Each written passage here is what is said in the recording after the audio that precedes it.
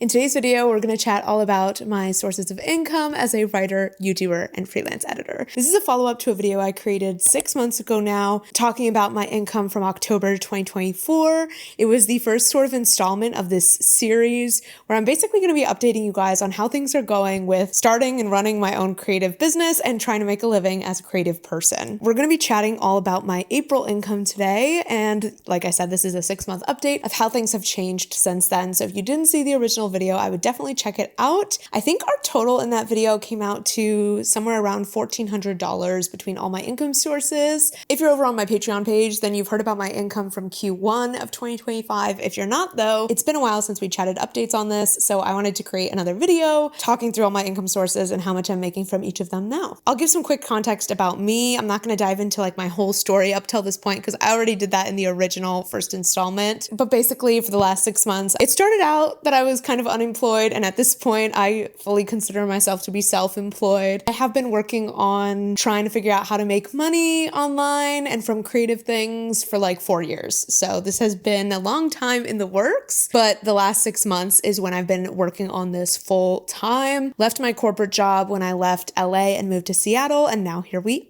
are. So that's the TLDR of the context, but I'm sure a lot of you watching this video are already familiar with me and what I do. So we're going to go ahead and get into the numbers. Basically, we're going to do the same kind of format that we did last time, breaking it down income stream by income stream from smallest to largest. And then we'll also do a little like pie chart breakdown so you can see how big a piece of the pie each income stream makes up. I'm also going to share any reflections, how I felt about this month. A big reason why I want to make these income reports, besides just the fact that I truly find numbers and stats to be fascinating, and I love consuming this type of content from other creators, is that I really am opposed to the starving artist trope and just that whole narrative that creatives can't make money, that creatives shouldn't want to make money from the things that they do, that is wrong for some reason to try and start a business doing your creative passions or incorporating your creative passions. I hate that idea so much, and I will do at some point a dedicated video chatting about how that is such a damaging concept. I hate it, but I do think like opening up the conversation about this, sharing my own personal journey and how I'm building this income for myself in a bit of an unconventional way, I think is important. And you guys know, like, I'm a writer. This whole channel is based around me being a writer, but I've not published any books. And so I think it's nice and interesting to talk about these ways that I'm making money that feel connected to my writing and my journey as a writer without relying on book sales or like direct money from my writing. And so truly what I think is making working for myself possible at this point is having a diversified pie of income streams and multiple things that I'm monetizing and working on. And so we're going to chat through all of that. And we'll chat through how things have really changed in the last few months and how I'm planning to change things going forward, because this month, I think it was transformative in a couple different ways, and we are going to dive into all of it. Let's start off with the smallest income streams. We're going to do the 2 baby income streams really quick because they're so minuscule, especially this month. So my lowest income stream this month was affiliates. Affiliate links, the little links in my description where people click them, and if they buy something, I get a tiny percentage. I made 9 cents. 9 cents from affiliates this month. I don't think I've made that little in like a year or something insane. Next smallest income stream, equally insignificant, doesn't even show up on the pie chart, is Ko-fi, making $4.09, which is essentially a buying someone a coffee type app. We're not going to dwell on those too much because we need to talk about the bigger sources, okay? Also, I'm going to take a sip of my little drink here. I got this venti black tea lemonade from Starbucks. This was my go-to drink in college, so it was very nostalgic for me to order this. I've been on a little kick of ordering it the past few days. I think it's because the weather is so summery, as you can probably tell from my current attire, that it just makes me not want to drink a beverage with a ton of milk. I don't know if anyone else feels that way. But funny story with this, I ordered this with 2 pumps of sweetener because I like it on the less sweet side, but not completely unsweetened. And I took 1 sip of the initial drink that they gave me, and I almost spit it out because it literally tasted like I was drinking the bottom of a snow cone. It was so sweet. And then I looked at the label and it literally said 29 pumps of sweetener. 29. And they actually put in 29. I went back to Starbucks and I was like, I wanted 2, not 29. Like, could you correct this for me? And they were like, oh yeah. Like, we thought that was a little bit weird, but like people have done it before. I'm sorry, if you or someone you know has ordered a drink with 29 pumps of sweetener, I don't know what to tell you. That's actually insane. I can't believe that they didn't immediately think that that was an error. They really thought that I wanted 29 pumps. That's crazy. Okay, moving on. Okay, our next lowest income stream is my Patreon page. Shout out to my Patreon page. I hadn't launched this yet when I made the original income report video, so it is a brand new income stream on the pie. I started my Patreon page back in January. Let me open up a little bit about the journey of this Patreon page so far. I'm not gonna lie, when I initially launched it, I had some thoughts after the fact of, oh, I think I may have done this too early. I think I should have maybe waited till I had more subscribers. Like, is this gonna be worth my time? Am I gonna have to shut this page down? Like, I was having concerns. And the thing is, with my Patreon, I'm offering bonus content every single month. And I know people offer different types of things on their Patreon pages, but mine is a pretty substantial time and content commitment every month because I'm making a video and a little audio only podcast every month. So I low-key at first for those first couple months was like, ooh, was this a mistake? Like, did I misstep here? But I should have known better because with all of my little ventures that I've done, it always takes at least 6 months to really see the potential of it. Like when I launched my critique services, I was not booking people until several months later. And it makes sense, right? Because people got to hear about it a few times. And obviously as your audience grows, more people trickle over, you got to give these things time to see if they're gonna work. And basically I'm saying all of that to say that the Patreon has been doing better and better. And I got quite an influx of people over there a month ago or so when I made a post on my community tab talking about all the content I had posted on my Patreon page so far. So I'm definitely going to continue with that marketing strategy because I do really feel like it helped bring more people over there and make it a more substantial piece of my income pie. So from Patreon in April, we made $301.28. That was our first time breaking $300 with Patreon, and I was so grateful. So thank you if you're over there. I really enjoy that Patreon community, and it has been really nice to have a place where I can share things that I might not necessarily feel comfortable sharing on YouTube, but I still want to create content about. So it's been really great. I'm really enjoying the Patreon page. I'm gonna take a sip of this drink so I don't have to keep holding it. This is so good. It's so refreshing. If you haven't had the black tea lemonade, strongly recommend. Don't order it with 29 pumps of sweetener though. Pretty scary. Next up, we have YouTube AdSense. YouTube AdSense is essentially how Google pays me for the views on my videos. So there's a rate that you get paid for every 1,000 views on your videos. And then at the end of the month, you get a sweet little paycheck from Google. This is essentially the most direct content creation money, the money that I'm literally getting paid for uploading videos onto the YouTube platform. It is also what I think most people think of when they're thinking about how YouTubers make money. So from AdSense this month, I made $351.26. Pretty good month for AdSense, all things considered. I feel like that's kind of where my numbers have been sitting around lately. I only posted 3 times on YouTube this month, which is low for me and lower than I want to be posting. We'll get into why that happened a little bit more towards the end of this video. Am I disappointed that I only posted 3 times? Yes. Do I think that I could have posted more without causing myself undue stress? No, I think it was still the right decision for me, given everything else that was going on this month, to only post 3 times. But I do want to be posting more than that. I want to upload more. I love making videos. I love having videos to look back on. I want to upload more. Going into May, I'm going to try to be really intentional about my content creation. I think sprinkling in more sit-down videos with my vlogs will help to make me able to upload more, since vlogs are just a much bigger scale and time commitment. If I'm sprinkling in sit-down videos every other video or so, it might help me to be able to post more in May. So that's the hope. But the fact that I was still able to make that much from AdSense with only posting 3 times really made me happy. That was a huge win. I think just the videos that I posted this month happened to do pretty well, which I'm really grateful for. Next up, the final kind of content creation related income stream is sponsorships. I did a couple sponsorships on this channel last month, and the total of all those sponsorships came out to $775. Definitely a good month for sponsorships. Unfortunately, I don't think that that's going to be the case for the next few months, at least. I don't have anything lined up currently for May onward. I have no sponsors in the works, so we'll see if this income stream falls to nothing. I don't know.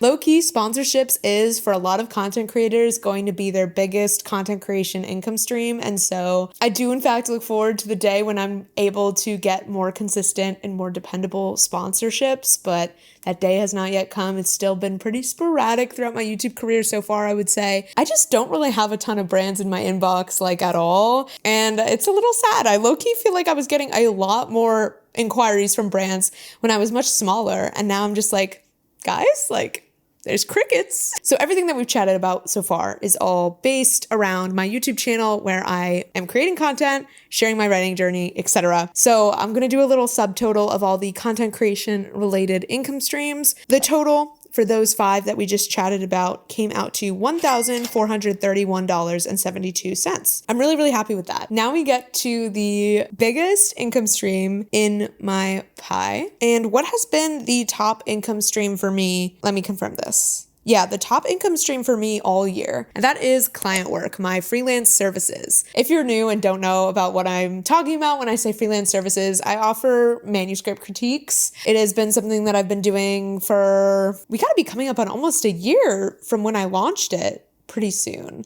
I think I've done like at least a dozen client projects at this point. Yeah.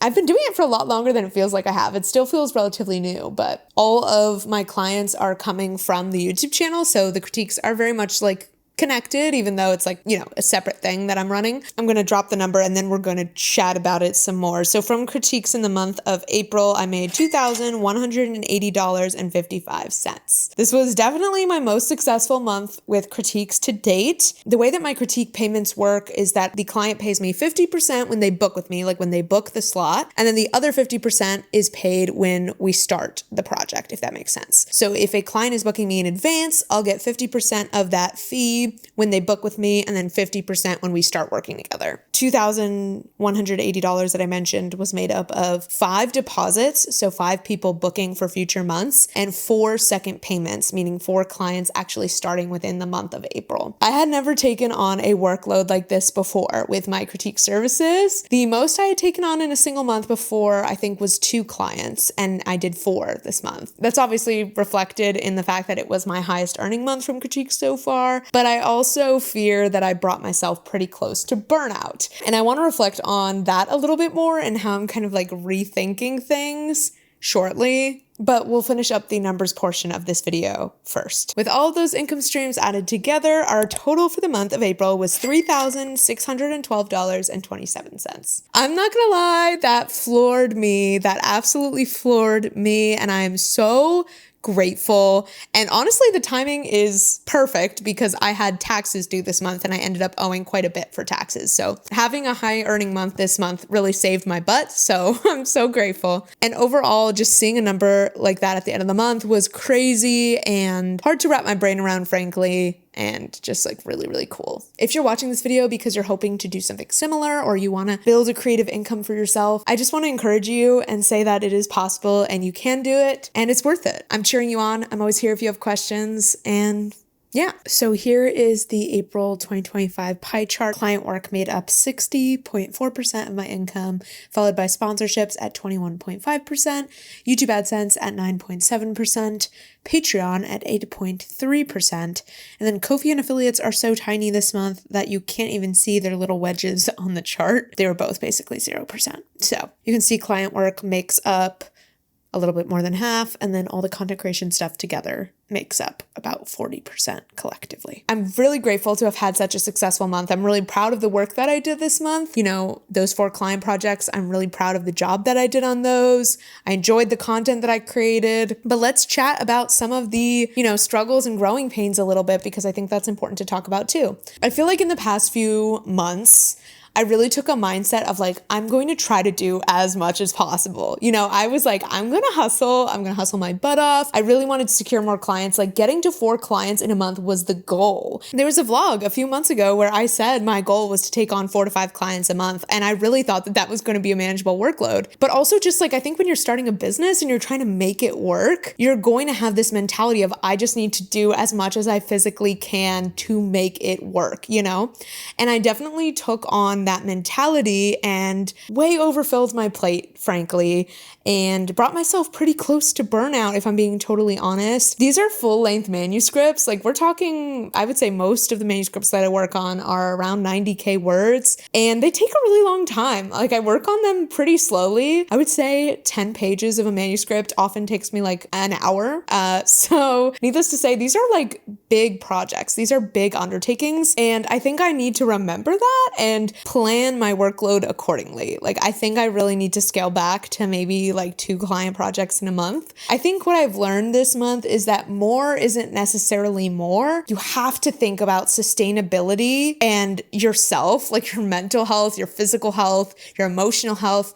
You have to think about all of that. I feel like I'm really like having to learn that lesson as I continue working on like my business, because I might need to just kind of embrace slower growth in exchange for doing things at a pace that feels sustainable and healthy. I had way too many late nights this month, like nights up till 2 a.m. trying to finish projects, and that's just not sustainable for me. Like, I can't be doing that every single week. It's just not gonna work. The thing is, like, I don't want to burn out, and because the freelancing work that I do is pretty directly writing related, like obviously I'm not writing for clients, but I am critiquing manuscripts, and especially as someone who's currently revising their own book, the work is a little bit similar. It's using a similar part of my brain. And so I need to think about that. Like, if I'm overworking myself on client projects, it's going to leave me with less time, but more importantly, less mental energy for my own book. I wasn't foreseeing how much that would come into play this month, but this was the first month of the year where I didn't hit my writing goal. And I do view writing as,